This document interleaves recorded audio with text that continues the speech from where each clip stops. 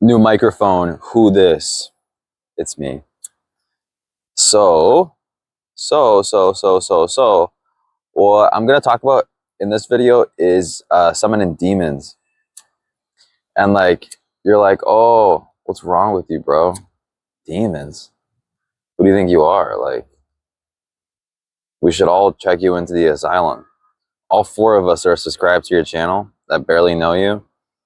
Should check you into an actual, um, you know, place for insane people.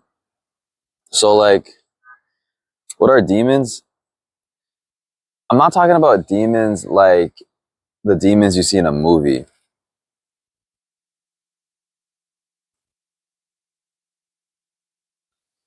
If you know anything about like Solomon and about like the lesser key of Solomon, you know that there's all different types of demons that Solomon used to do all kinds of Solomon-y things, to build the temple, to find certain objects, to find treasure, to, you know, take care of issues if you have like something going on at court and stuff like that.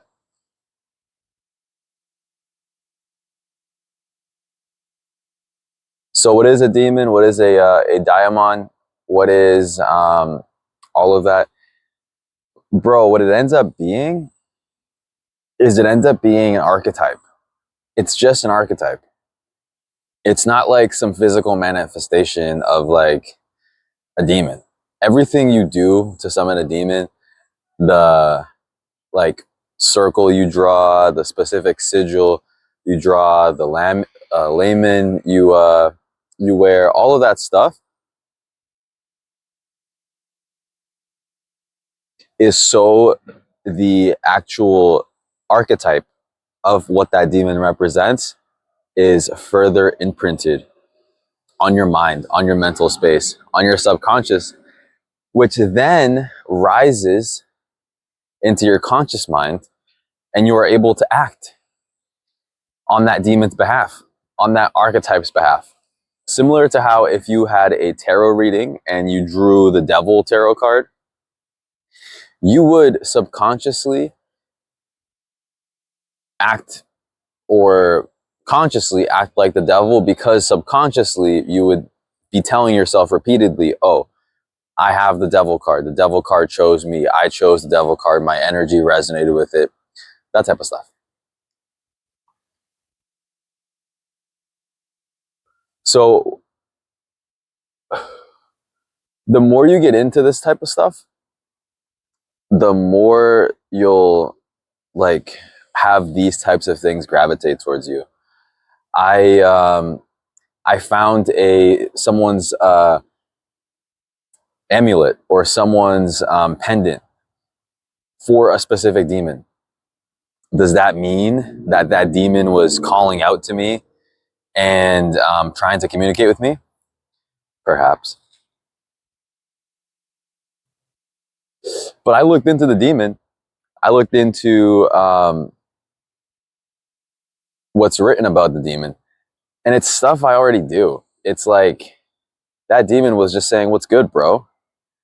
You're already acting like you already have this ability. You already have these things, this type of transmutation, this type of alchemy that I'm able to grant you. You already do it. Why don't you toss me a couple of salutations? Why don't you say thank you?" So it's that type of thing. What happens too is like that person, right? They were communicating, or they were in a place where mentally they were connecting with that specific demon. Now, for them to lose that, what does that mean? We live in a dualistic universe, so binary universe.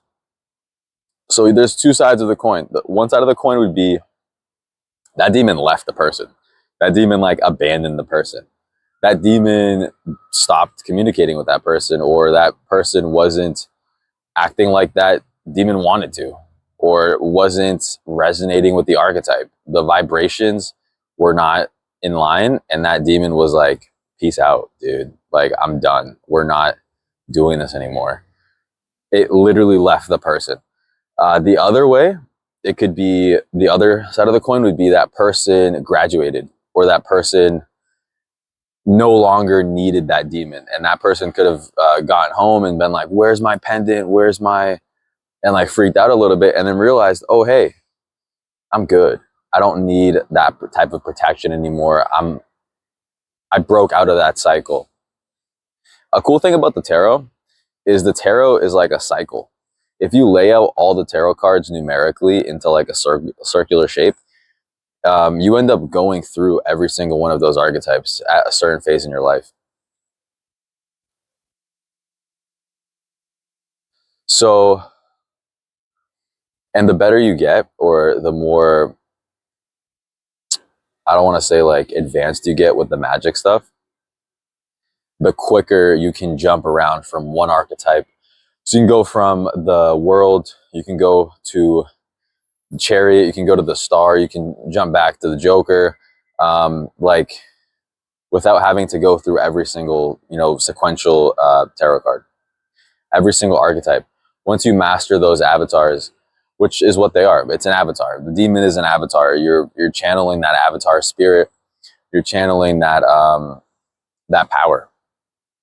So yeah.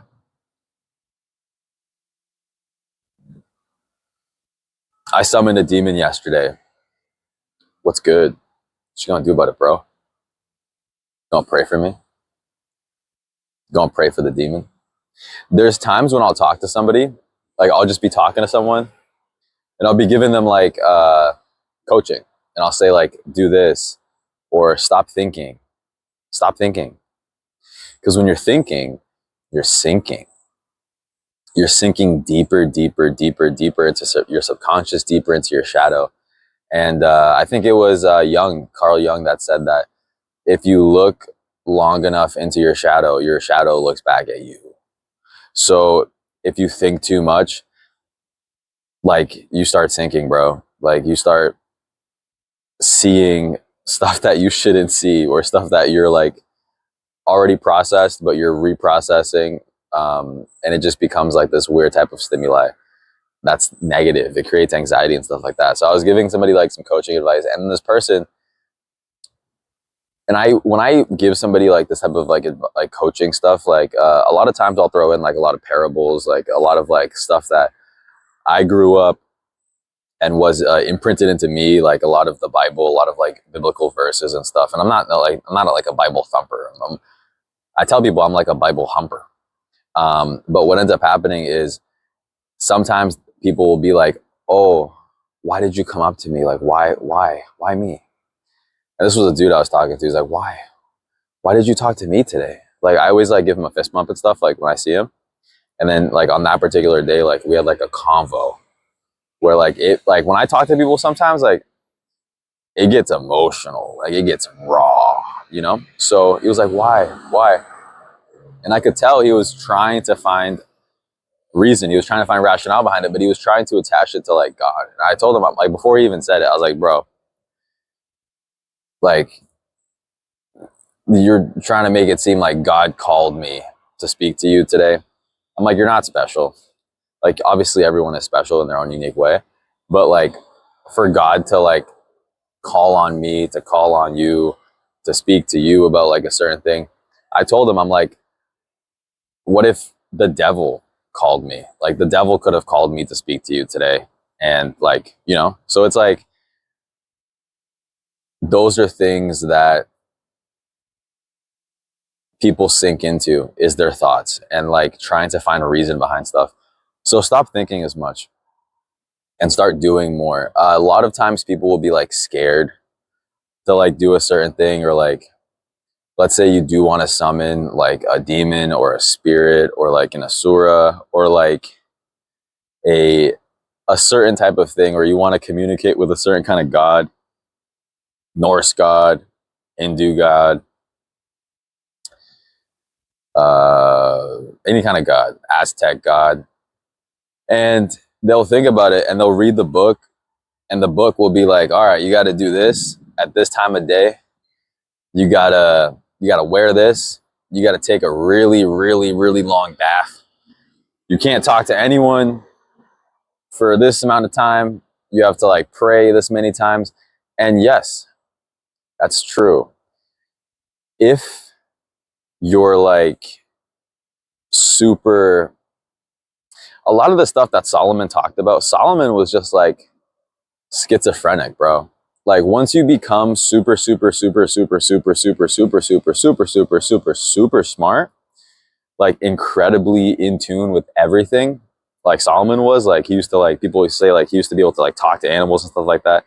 Who else talks to animals? Who else talks to pigeons? It's like schizophrenic people, bro.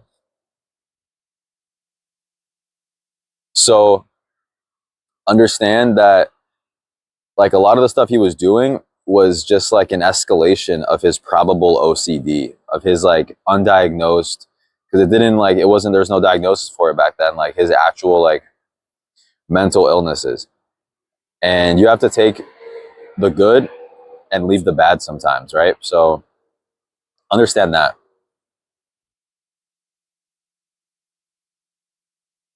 So stop trying to like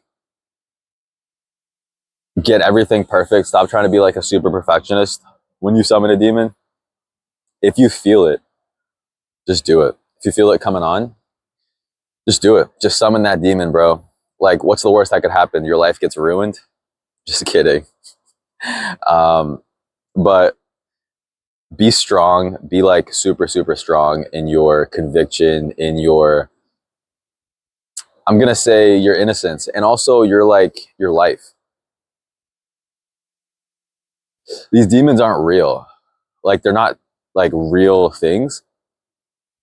You, similar to God, you breathe life into these demons. You give them room to operate, and you decide how much room you give them to operate.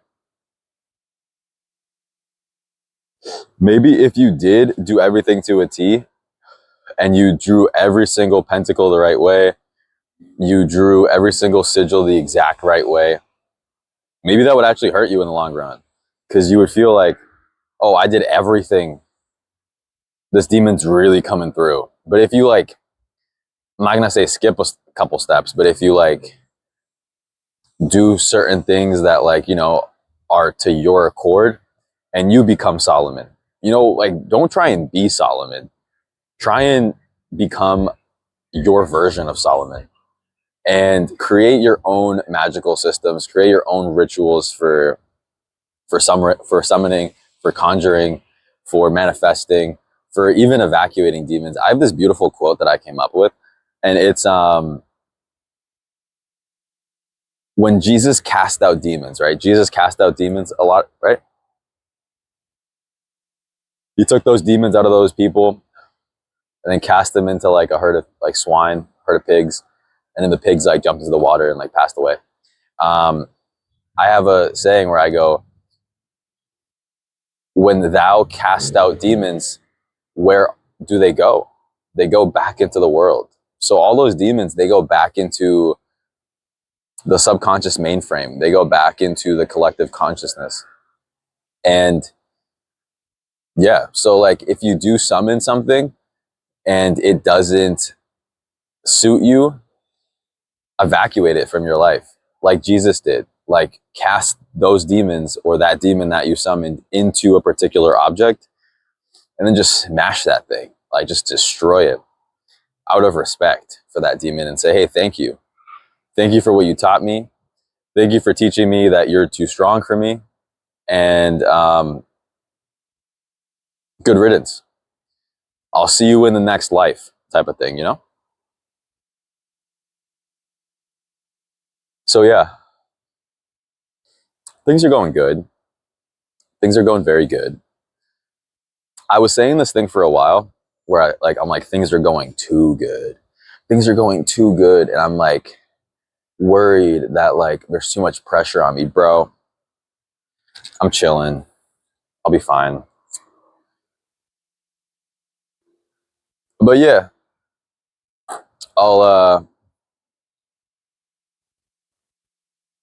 I'll catch you on the next one. I hope this video was demonic enough for you.